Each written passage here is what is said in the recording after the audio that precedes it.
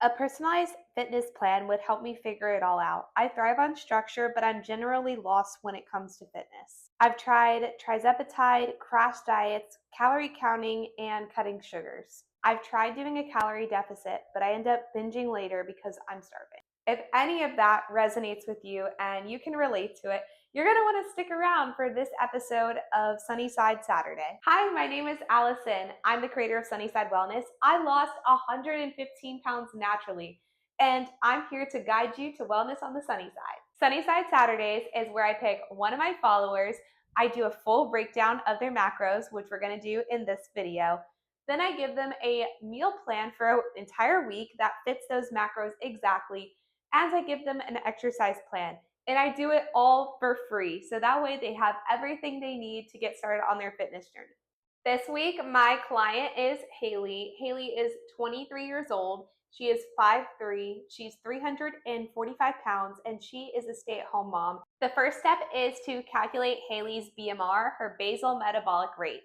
That is a fancy word for Haley's metabolism. If she were to just sleep her life away, not take any steps, not do anything, how many calories does her body burn? This is the formula that I used to calculate Haley's metabolism. So all I did was I plugged in her numbers and I got that Haley's body burns 2,344 calories daily. Now we need to figure out what Haley's maintenance calories are, because we know that Haley is not just sleeping her life away. She's a stay-at-home mom, so she's got a busy life. We're going to figure it out. The formula to figure out Haley's maintenance calories is called TDEE. That stands for Total Daily Energy Expenditure.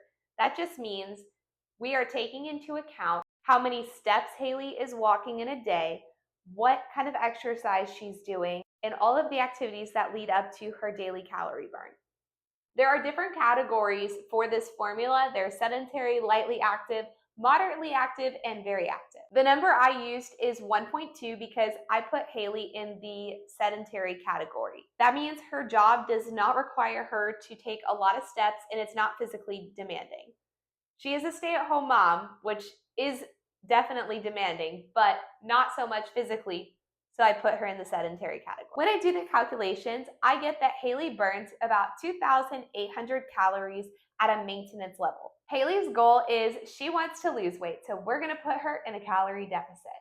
If you have no idea what a calorie deficit is, basically you can think of calories as energy. Your body burns a certain amount of energy in a day, and food has energy in it. So for an example, Haley's body burns an average of 2,800 calories in a day. So if we put her in a 15% deficit, that's just a very slight deficit, that comes out to around 2,390 calories in a day. So her body still needs 2,800, but she's only eating around 2,400.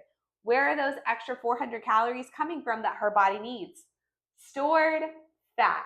And that is how you lose weight. We started Haley off with a very slight calorie deficit because one of the things she said did not work for her was unsustainable. So we're going to start her very slow and kind of ease her into this. So I took her maintenance calories, I multiplied them by 0.15 because that is 15%. And then I got 422 calories, subtracted that from her maintenance, and I put her in a deficit of around 2,390 calories in a day. But not all calories are the same, and Haley said one of her goals is she wants to build muscle and maintain her muscle mass while she is losing weight. What Haley is talking about is macros. She needs to make sure she eats enough protein to build that muscle. She eats enough carbs so she has energy for her workouts, and she eats enough fat to have for all the processes her body does. Let's figure out what Haley's macros are. A great split for protein is 30% of those daily calories coming from protein. So I took Haley's daily calorie deficit of 2,390. I multiplied it by 0.30 because that's 30%. And I got 717 calories. But nutrition labels do not list protein in calories.